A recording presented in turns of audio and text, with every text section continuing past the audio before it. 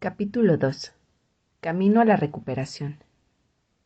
Llevo viviendo entre gatos desde que era niño, y siempre he sentido que les comprendía bien. A lo largo de mi infancia, mi familia tuvo varios siameses, y en un momento dado, también tuvimos un hermoso gato pardo. Los recuerdos que conservo de ellos son generalmente de cariño, pero supongo que, inevitablemente, el que más vivamente se grabó en mi memoria fue el más desagradable. Crecí entre Inglaterra y Australia, y durante un tiempo estuvimos viviendo en un lugar llamado Craigea, en el oeste de Australia. Mientras residimos allí tuvimos un adorable y esponjoso menino blanco. No consigo recordar cómo llegó a nuestras manos, aunque tengo la impresión de que nos lo dio algún granjero de la zona. Pero viniera de donde viniera, debió de ser un hogar horrible. Por alguna razón, hasta que llegó a nosotros no había pasado ningún control veterinario, y para entonces resultó que el pobrecillo estaba infestado de pulgas. Sin embargo, a primera vista no se apreciaba. El problema era que, a causa de su abullonado pelaje blanco, las pulgas habían estado anidando en él a sus anchas sin que nadie se hubiera dado cuenta. Las pulgas, obviamente, son parásitos. Succionan la vida de otras criaturas para nutrirse de ellas, y a este pobre gatito lo habían dejado seco. Para cuando lo descubrimos, ya era demasiado tarde. Mi madre lo llevó al veterinario, pero le dijeron que ya no se podía hacer nada. Tenía toda clase de infecciones, además de otros problemas. Murió al cabo de un par de semanas desde que lo adquirimos. Yo tenía 5 o 6 años por entonces, y me quedé destrozado, al igual que mi madre. A lo largo de los años he pensado a menudo en aquel gatito, sobre todo cada vez que veía a uno blanco. Pero ese fin de semana su recuerdo no dejaba de volver a mi mente mientras pasaba el tiempo con mi nuevo compañero. Estaba claro que su pelaje se hallaba en mal estado, sin contar las calvas en distintas partes de su cuerpo, por lo que no pude evitar pensar que sufriría el mismo destino que aquel gatito blanco. Sentado en el apartamento con él aquel domingo por la noche, tomé una decisión. No iba a permitir que eso sucediera. No podía confiar en que los cuidados que le estaba prodigando iban a ponerle mejor. No iba a dar nada por sentado. Tenía que llevarlo al veterinario. Sabía que mis improvisados cuidados no eran lo suficientemente buenos para curar su herida, y además desconocía si podía tener algún otro tipo de infección subyacente. No pensaba correr el riesgo de esperar, así que decidí que al día siguiente me levantaría pronto y le llevaría al centro más cercano de la Sociedad Protectora de Animales, en el extremo más alejado de Seven Sisters Road, cerca de Finsbury Park. Puse el despertador temprano y me levanté para darle al gato un buen cuenco con galletas machacadas y atún. Era otra mañana gris, pero sabía que no podía valerme de ello como excusa. Dado el estado de su pata, imaginaba que no estaría preparado para la caminata de 90 minutos, así que lo cogí en brazos y lo metí en un contenedor verde de reciclaje. No era lo ideal, pero no pude encontrar otra cosa. Tan pronto nos pusimos en marcha, resultó evidente que no le gustaba nada. No paraba de moverse, sacando las patas por el borde del contenedor y tratando de escapar, de modo que terminé por ceder. «Vamos, yo te llevaré», le dije, cogiéndole con mi brazo libre, mientras con el otro cargaba con el contenedor. Casi inmediatamente trepó hasta mis hombros, donde se acomodó. Dejé que se quedara allí y llevé la caja vacía durante todo el camino hasta el centro de la protectora. Al entrar allí, sentí como si presenciara una escena salida directamente del infierno. El centro estaba abarrotado, principalmente de perros acompañados de sus dueños, la mayoría de los cuales parecían ser adolescentes con el pelo cortado a lo cabezas rapadas y llamativos tatuajes. Casi un 70% de los perros eran Staffordshire Bull Terriers, que, a juzgar por su aspecto, se habían metido en peleas con otros perros, probablemente para diversión de sus dueños. La gente siempre habla de Inglaterra como una nación amante de los animales, pero desde luego no se veía demasiado amor por aquí. El modo en que algunas personas tratan a sus mascotas me resulta verdaderamente despreciable. El gato se sentó primero en mi regazo y luego se encaramó a mis hombros. Era evidente que estaba nervioso y no podía culparle por ello. Muchos de los perros que ocupaban la sala de espera no dejaban de gruñirle. Varios de ellos tuvieron que ser fuertemente sujetados de las correas cuando trataron de aproximarse a él. Uno a uno, los perros fueron entrando en la consulta. Cada vez que la enfermera aparecía, sentía una nueva decepción. Al final estuvimos más de 4 horas y media esperando a que nos atendieran. Finalmente la enfermera dijo: «Señor Bowen, el veterinario le recibirá ahora». Se trataba de un hombre de mediana edad, con esa expresión hastiada de la vida del que ya lo ha visto todo, que a veces se refleja en el rostro de algunas personas. Tal vez fuera por toda la agresividad que me había rodeado allí afuera, pero el caso es que inmediatamente me sentí irritado con él. «¿Y bien? ¿Cuál es el problema?», me preguntó. Sabía que el tipo solo estaba haciendo su trabajo, pero por un instante me dieron ganas de responderle: «Bueno, si lo supiera no estaría aquí, ¿no?». Y tuve que hacer un gran esfuerzo para resistir la tentación. Le conté que había encontrado al gato en el vestíbulo de mi edificio y señalé el absceso en la parte trasera de su pata. «Está bien, echémosle un vistazo», comentó. Se dio cuenta de que el gato estaba dolorido y le dio una pequeña dosis de diazepam para aliviarlo. Después dijo que me haría una receta para un tratamiento de 2 semanas con amoxicilina especial para gatos. «Vuelva a verme en 15 días si la cosa no mejora», recomendó. Decidí aprovechar la ocasión para preguntarle por las pulgas. Le miró por encima el pelaje y dijo que no veía nada. «De todos modos, lo mejor será que le dé algunas pastillas por si acaso. Las pulgas pueden llegar a ser un problema, especialmente en gatos jóvenes», declaró. Una vez más, resistí la tentación de decirle que ya lo sabía. Aguardé mientras observaba cómo extendía la receta también para eso. A su favor debo decir que además se tomó la molestia de comprobar si el gato tenía insertado un chip. No había ninguno, lo que volvía a reforzar mi teoría de que era un gato callejero. «Debería ponérselo cuando tenga oportunidad», dijo, «y también creo que habría que esterilizarlo lo más pronto posible», añadió tendiéndome un folleto con publicidad sobre la castración gratuita de gatos callejeros. Dada la forma en la que el gato arañaba todo lo que había en casa y lo juguetón que estuvo conmigo, asentí en reconocimiento a su diagnóstico. «Creo que es una buena idea», sonreí esperando que al menos me preguntara por qué. Pero el veterinario no parece estar interesado en saberlo. Solo le preocupaba redactar sus notas en el ordenador e imprimir la receta. Ambos formábamos parte de la cadena de producción que necesitaba seguir avanzando y dejar paso al siguiente paciente. No era culpa suya. Así es el sistema. En pocos minutos habíamos terminado. Al dejar la consulta, me dirigí al mostrador del dispensario y mostré la receta. La señora con bata blanca que me atendió resultó un poco más amistosa. «Es un ejemplar muy guapo», declaró. «Mi madre tuvo una vez un gato pelirrojo, el mejor compañero que tuvo nunca. Un temperamento increíble. Solía sentarse a sus pies viendo pasar el mundo. Ya podía caer una bomba que nunca la hubiera dejado». Marcó los precios en la caja registradora y extrajo un recibo. «Son 22 libras, por favor, cielo», indicó. Mi corazón dio un vuelco. ¿22 libras? ¿En serio?, exclamé. En ese momento mi capital apenas ascendía a 30 libras.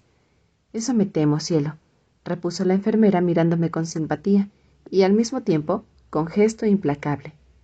Le tendí las 30 libras y cogí el cambio. Para mí se trataba de mucho dinero, todo lo que ganaba en un día, pero sabía que no me quedaba otra elección. No podía fallarle a mi nuevo amigo. «Me temo que vamos a ser inseparables durante los próximos 15 días», le dije al gato cuando salimos por la puerta y emprendimos el largo camino de vuelta al apartamento. Era verdad, no había forma de que pudiera deshacerme del gato durante al menos 15 días, no hasta que completara su tratamiento. Nadie más se aseguraría de que tomara sus pastillas y no podía dejarle salir a la calle por si cogía alguna infección.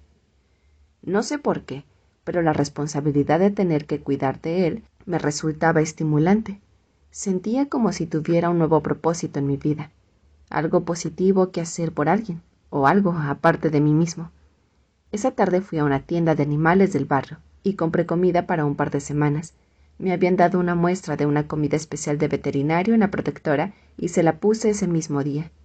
Como le gustó, decidí comprarle un saco entero. También adquirí un suplemento de comida para gatos. Todo ello me costó alrededor de 9 libras, que era el último dinero que me quedaba. Esa noche tuve que dejarle solo y acercarme hasta Covent Garden con mi guitarra. Ahora tenía 2 bocas que alimentar. En los días siguientes, mientras le cuidaba para que se recuperara, llegué a conocerle un poco mejor. Para entonces ya le había puesto nombre, Bob. La idea surgió mientras veía en DVD una de mis viejas series de televisión favoritas, Twin Peaks. En la serie aparecía un personaje llamado Bob, un espíritu maligno. De hecho, era un esquizofrénico, una especie de Jekyll and Hyde. Parte del tiempo era una persona normal, sana, y al momento siguiente se volvía totalmente loco y descontrolado. En cierto sentido, el gato se parecía un poco a él.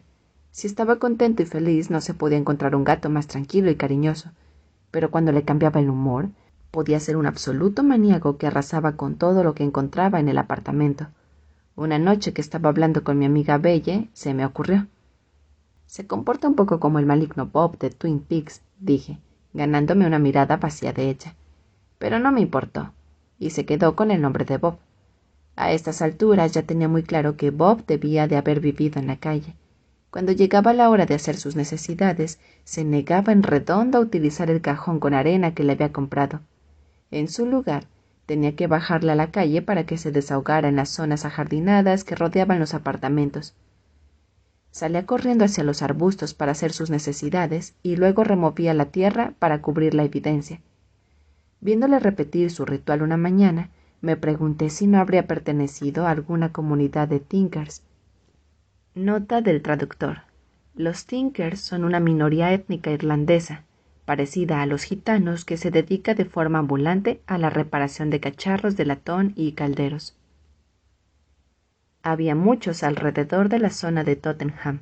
De hecho, tenían montado un campamento en un solar cerca de mi edificio de apartamentos. Tal vez fuera parte de una familia de nómadas, y en algún momento se había quedado atrás cuando estos decidieron trasladarse. En todo caso, tenía muy claro que no era un gato doméstico. Sin duda alguna empezaba a sentir afecto por mí, del mismo modo que yo por él. Al principio había sido cariñoso, aunque había mostrado cierto recelo hacia mí. Luego, con el paso de los días, fue cogiendo cada vez más confianza y volviéndose más amigable. Aún podía ser muy travieso e incluso en ocasiones agresivo, pero ahora sabía que eso se debía a que necesitaba ser castrado.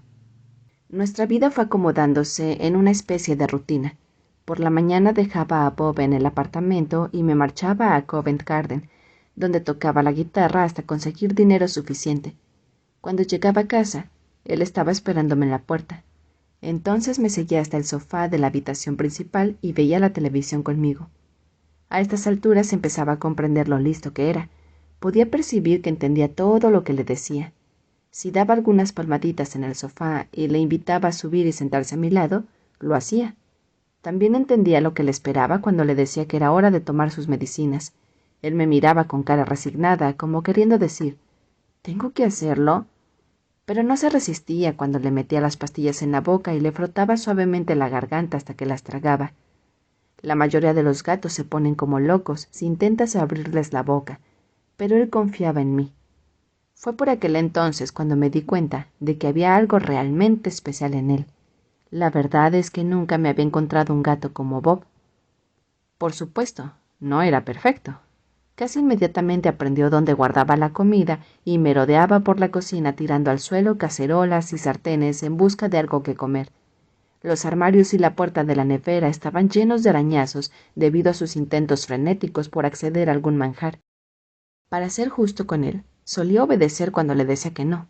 Bastaba con decirle, «No, apártate de ahí, Bob», y se alejaba, lo que de nuevo demostraba lo inteligente que era, y siempre despertaba en mí toda clase de interrogantes sobre su procedencia.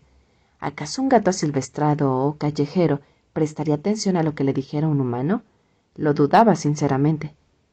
Disfrutaba mucho de la compañía de Bob, pero debía tener cuidado. No podía encariñarme demasiado con él porque tarde o temprano acabaría volviendo a las calles. No era la clase de gato que pudiera conformarse con estar encerrado permanentemente. No era un gato doméstico. Sin embargo, a corto plazo yo era su guardián y estaba decidido a intentar cumplir ese papel lo mejor que supiera. Sabía que tendría que hacer cuanto estuviera en mi mano para prepararle para su regreso a las calles. Así que una mañana rellené el formulario que me entregó el veterinario de la Sociedad Protectora para poder castrarle gratuitamente. Lo eché al correo y, para mi sorpresa, recibí la respuesta un par de días después. La carta contenía un certificado concediéndonos una castración gratuita. Al día siguiente volví a bajar a Bob a la calle para que hiciera sus necesidades. El cajón con arena especial permanecía intacto y sin usar. No debía gustarle. Bob se dirigió al lugar de siempre, entre los arbustos de los edificios contiguos. Por alguna razón parecía ser su zona favorita. Sospeché que tendría que ver con marcar su territorio, un tema sobre el que había leído en un artículo científico de alguna revista. Como de costumbre, se pasó allí un par de minutos y luego empezó a escarbar para taparlo todo. La limpieza y aseo de los gatos nunca dejan de sorprenderme. ¿Por qué es tan importante para ellos? Justo cuando pareció satisfecho porque todo había quedado en orden y se disponía a volver, se quedó súbitamente paralizado y se tensó como si hubiera percibido algo. Estaba a punto de acercarme para comprobar qué le preocupaba, cuando resultó obvio de qué se trataba. De repente, Bob se lanzó hacia adelante a la velocidad del rayo. Todo sucedió en un instante. Antes de que me diera cuenta, Bob había atrapado algo en la hierba al borde del seto. Me aproximé para contemplarlo de cerca y vi que se trataba de un ratoncito gris, de poco más de 7 centímetros de largo. El animalito debía de haber intentado escabullirse, pero no tuvo la menor oportunidad. Bob se había abalanzado sobre él con gran velocidad y precisión, y ahora lo tenía atrapado entre los dientes. No era una visión muy agradable. Las patas del ratón no paraban de agitarse, y Bob trataba de reacomodar el cuerpecillo a sus dientes para poder terminar con él. No pasó mucho tiempo antes de que sucediera lo inevitable y la pequeña criatura dejara de luchar. Fue entonces cuando Bob lo soltó, dejándolo caer al suelo. Sabía lo que sucedería a continuación, pero no quería que Bob se lo comiera. Los ratones son conocidos por ser portadores de muchas enfermedades, de modo que me agaché y traté de quitarle a su presa. No pareció muy contento y soltó un pequeño ruido, mitad gruñido, mitad siseo. Entonces volvió a coger al ratón en la boca. «Dámelo, Bob», ordené, negándome a ceder. «Dámelo». Esta vez no fue tan amable y me lanzó una mirada como diciendo: «¿Por qué debería?».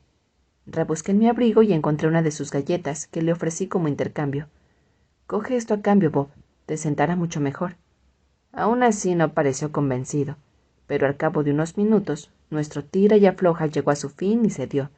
Tan pronto como se apartó del ratón, cogí al animal por la cola y me deshice de él.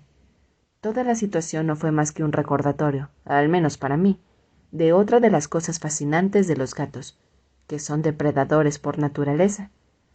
A mucha gente no le gusta pensar que sus pequeñas mascotas son unas asesinas en potencia, pero eso es lo que son los gatos si les das la más mínima oportunidad. En algunas partes del mundo, incluyendo Australia, existen leyes muy estrictas sobre sacar a los gatos por la noche debido a la carnicería que causan en la población local de pájaros y roedores. Bob acababa de demostrarlo. Su frialdad, su velocidad y su habilidad como depredador resultaban increíbles de contemplar. Sabía exactamente lo que había que hacer y cómo hacerlo. Eso me hizo pensar de nuevo en la vida que había debido de llevar antes de aparecer en el vestíbulo de mi edificio.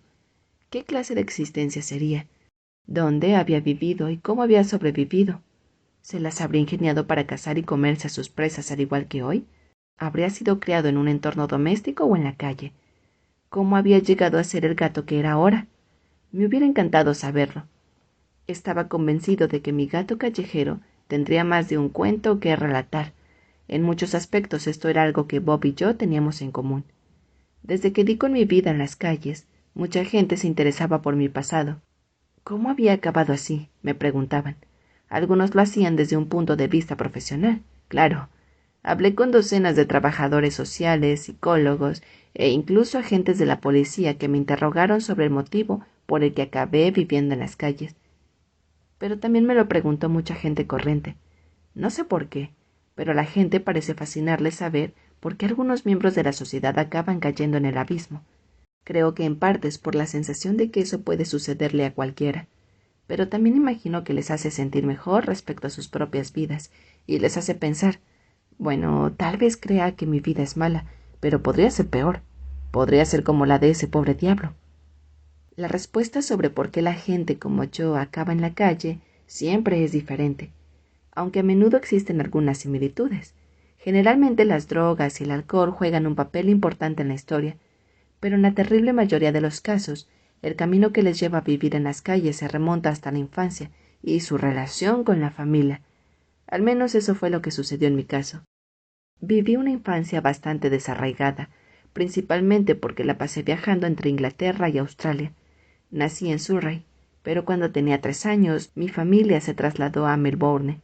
Para entonces mi madre y mi padre se habían separado. Mientras mi padre permanecía en Surrey, mi madre se alejó de todos esos problemas, aterrizando en un trabajo como vendedora para Rank Xerox, la compañía de fotocopiadoras en Melbourne. Se le daba muy bien ese trabajo, y era una de las mejores vendedoras de la compañía. Sin embargo, mi madre era muy inquieta, y en menos de 2 años nos mudamos desde Melbourne al oeste de Australia. Nos quedamos allí durante 3 o 4 años hasta que cumplí los 9. La vida en Australia era bastante buena. Vivimos en varios bungalows muy grandes, que tenían una vasta extensión de jardín en la parte trasera. Disponía de todo el espacio que cualquier chico pudiera necesitar para jugar y explorar el mundo, y me encantaba el paisaje australiano. El problema era que no tenía ningún amigo. Me costaba mucho encajar en el colegio, sobre todo, imagino, debido a nuestros constantes traslados. Las oportunidades para sentarme en Australia desaparecieron cuando cumplí los 9 años y nos mudamos de vuelta a Inglaterra, a Sussex, cerca de Horsham. Me gustó regresar y aún conservo algunos recuerdos felices de esa época, pero justo cuando empezaba a aclimatarme a la vida en el hemisferio norte, tuvimos que trasladarnos de nuevo, de vuelta al oeste de Australia, cuando tenía alrededor de 12 años. Esta vez acabamos en un lugar llamado Kings Rock. A menudo he pensado que fue allí donde empezaron gran parte de mis problemas. A causa de los constantes traslados, nunca vivíamos en una casa más de un par de años. Mi madre siempre estaba comprando y vendiendo, moviéndose constantemente. Nunca supe lo que era un verdadero hogar, ni crecí en un único lugar. Definitivamente vivíamos como una especie de gitanos errantes. No soy psicólogo, aunque a lo largo de los años he conocido a un buen montón de ellos, pero estoy convencido de que el hecho de cambiar tanto de casa no supuso ningún beneficio para un chico en pleno crecimiento, sino que más bien hizo que resultara muy duro adaptarme socialmente y hacer amigos en el colegio. Sin embargo, no dejé de intentarlo con todas mis fuerzas, demasiado ansioso por impresionar, lo que no es bueno cuando eres un niño. Solía conseguir el resultado contrario. Acabé siendo hostigado en cada colegio al que fui, y esa situación empeoró aún más en Queen's Rock. Supongo que mi acento británico y mis ansias de complacer debieron de llamar la atención. Me convertí en un blanco fácil. Un día decidieron apedrearme, literalmente. Queen's Rock se llamaba así por algo, y aquellos chicos se provisionaron de todos los cantos de piedra caliza que había desperdigados por todas partes a donde miraras. Entonces, cuando me dirigía de vuelta a casa a la salida del colegio, me bombardearon con ellas causándome una conmoción cerebral.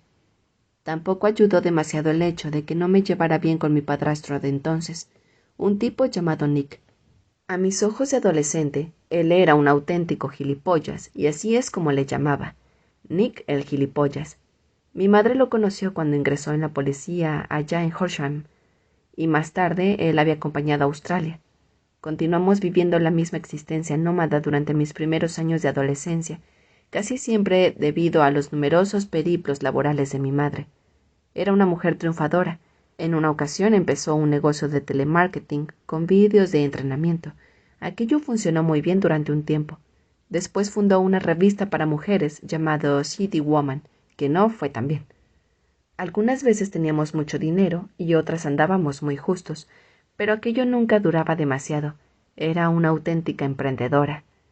Para cuando tenía 15 o 16 años, prácticamente no asistía al colegio.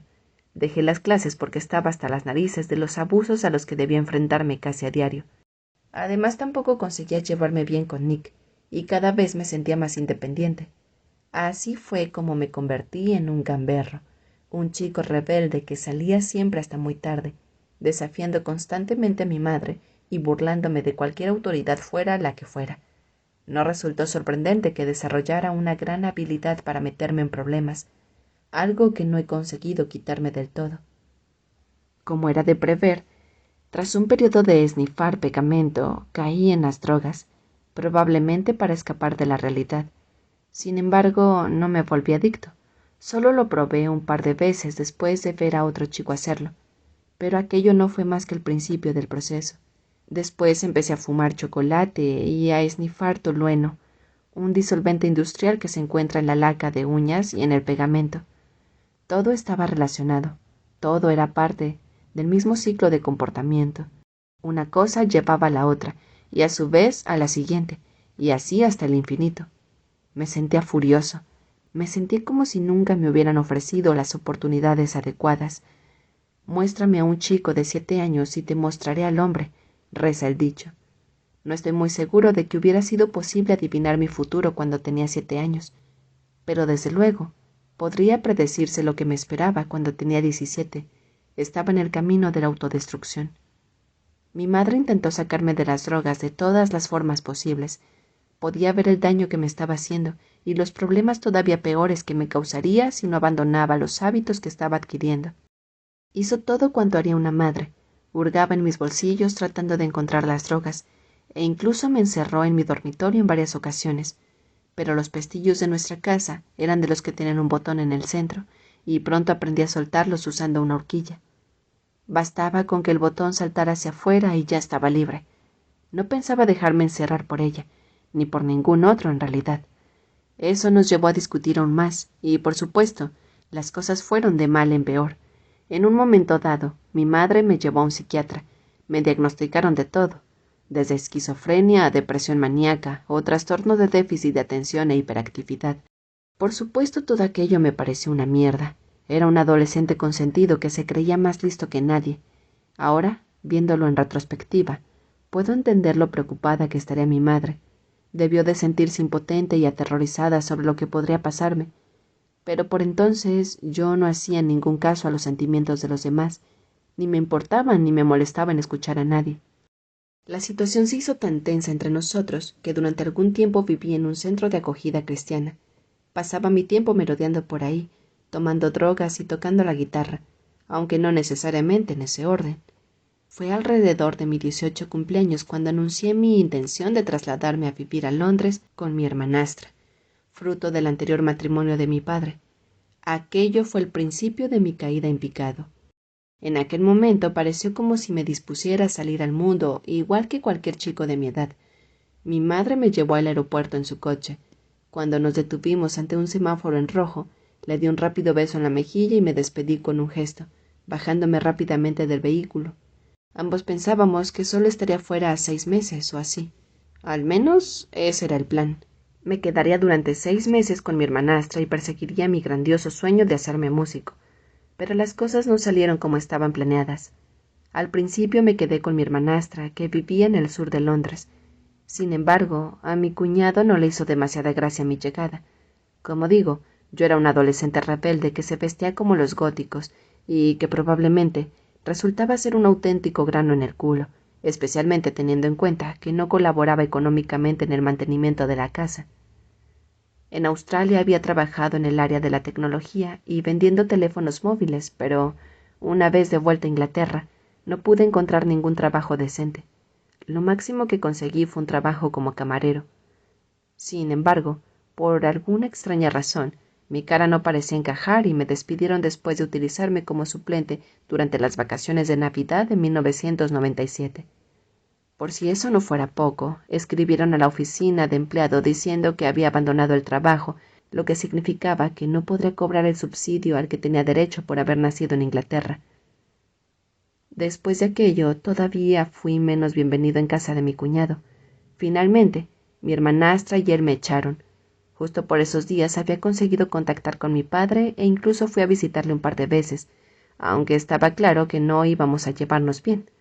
Apenas nos conocíamos el uno al otro, así que vivir con él estaba fuera de lugar. Empecé a dormir en los sofás de los amigos y en el suelo. En poco tiempo me vi llevando una vida nómada, acarreando conmigo el saco de dormir por los distintos apartamentos y pisos ilegales de las afueras de Londres. Cuando ya no me quedaron suelos en los que dormir, me lancé a la calle. A partir de ahí, mi caída se precipitó. Vivir en las calles de Londres destruye tu dignidad, tu identidad, tu todo. Y lo peor es que también destruye la opinión que los demás tienen de ti.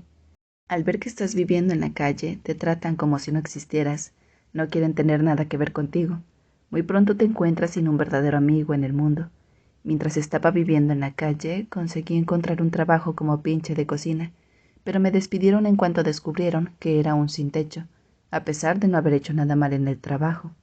Cuando eres un indigente, no tienes demasiadas oportunidades. Lo único que podría haberme salvado habría sido regresar a Australia. Aún tenía el billete de vuelta, pero perdí el pasaporte 2 semanas antes del vuelo. No tenía otros papeles y además tampoco contaba con dinero para sacar otro pasaje. Cualquier remota esperanza de regresar con mi familia a Australia desapareció, y de alguna forma, también yo. La siguiente fase de mi vida está envuelta en una bruma de drogas, bebida, delitos menores y también desesperanza. No me ayudó demasiado el hecho de desarrollar una adicción por la heroína. Al principio la tomaba como una ayuda para poder dormir por la noche en las calles. Era como un anestésico contra el frío y la soledad que me transportaba a otro lugar. Desgraciadamente, también se llevaba consigo mi alma. En 1998 me había vuelto completamente dependiente de la droga. Probablemente estuve cerca de la muerte en un par de ocasiones, aunque, para ser sincero, estaba tan colgado que ni siquiera me di cuenta. Durante ese periodo no se me ocurrió ponerme en contacto con nadie de mi familia. Había desaparecido de la faz de la tierra y no me importaba. Estaba demasiado absorto en sobrevivir. Ahora, echando la vista atrás, solo puedo imaginar el infierno que debieron pasar y lo terriblemente preocupados que tuvieron que estar. Un año después de llegar a Londres y aproximadamente 9 meses después de vivir en las calles, tuve la ocasión de vislumbrar el dolor que estaba causando. Había establecido contacto con mi padre cuando llegué, pero llevaba meses sin hablar con él. Se acercaba la Navidad cuando decidí llamarle. Su mujer, mi madrastra, contestó al teléfono. Él se negó a ponerse y me tuvo esperando durante varios minutos por lo enfadado que estaba conmigo. ¿Dónde te has metido? Hemos estado muy preocupados por ti, dijo cuando consiguió rehacerse lo suficiente para hablarme. Inventé unas excusas lamentables, pero él continuó gritándome. Me contó que mi madre se había puesto en contacto con él y que estaba desesperada por averiguar dónde estaba. Una señal evidente de lo preocupada que debía de estar, pues nunca hablaban entre ellos. Me estuvo gritando y regañando durante 5 minutos largos. Ahora comprendo que era una mezcla de rabia y alivio. Probablemente hasta creyó que había muerto, lo que en cierta forma era cierto. Esa etapa de mi vida duró aproximadamente un año. Al final fui sacado de las calles por una organización de beneficencia. Me quedé en varios albergues de acogida. The Connection, situado en Street Martins Lane, fue uno de ellos. Había estado durmiendo a la intemperie en el mercado contiguo durante ese periodo. Después de aquello, acabé figurado en la que se conoce como la lista de alojamiento de vulnerables, lo que me cualificaba como alguien con prioridad para conseguir un alojamiento de acogida. El problema fue que durante gran parte de la siguiente década terminé viviendo en hostales de mala muerte, B&B, nota del traductor, bed and breakfast, pensiones con desayuno, y casas en las que compartía espacio con adictos a la heroína y al crack, que te robaban cualquier cosa que no estuviera clavada en el suelo. Todo cuanto tenía me lo robaron en un momento u otro. Tuve que dormir llevando encima mis posesiones más importantes, ocultas debajo de la ropa. Solo podía pensar en sobrevivir. Inevitablemente, mi dependencia de las drogas empeoró. Para cuando cumplí 24 años, mi vicio había llegado a tal extremo que acabé en rehabilitación. Pasé un par de meses tratando de no tomar nada, y fue entonces cuando me metieron en un programa de desintoxicación de drogadictos. Durante un tiempo, el trayecto diario a la farmacia y las visitas quincenales en autobús a mi centro de drogodependencia en Camden se convirtieron en el eje de mi vida, o por decirlo de otro modo, en una especie de acto reflejo. Tenía que levantarme de la cama, salir y dirigirme a uno u otro lado como un autómata, totalmente sonado, lo que, para ser sincero, era mi estado habitual. Además, recibí ayuda psicológica. Mantuve interminables charlas sobre mi hábito, la forma en que había empezado y cómo iba a ponerle fin. Es fácil inventar excusas para la drogodependencia, pero estoy seguro de conocer las razones de la mía. Fue pura y simple soledad. La heroína me permitía anestesiarme frente a mi aislamiento, frente al hecho de no tener familia o un gran círculo de amistades. Solo me tenía a mí mismo, y por extraño e indescifrable que le parezca a todo el mundo, la heroína era mi amiga. Sin embargo, muy en el fondo, sabía que me estaba matando, literalmente.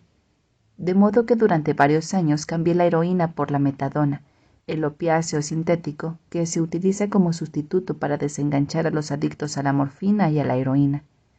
Hacia la primavera de 2007, el plan era que poco a poco empezaría a desengancharme también de eso y quedarme totalmente limpio. El traslado al apartamento de Tottenham formaba parte importante de ese proceso. Era un edificio de apartamentos como cualquier otro, lleno de familias corrientes. Sabía que allí tendría la oportunidad de volver a encarrilar mi vida. Para poder pagar el alquiler, comencé a tocar la guitarra en la zona de Covent Garden. No sacaba demasiado, pero me servía para llevar comida a la mesa y pagar las facturas de gas y electricidad. Además, me ayudaba a mantenerme estable. Sabía que era mi oportunidad para dejar atrás todo aquello, y también que, por una vez, tenía que aferrarme a ella. De haber sido un gato, esta habría sido mi novena vida.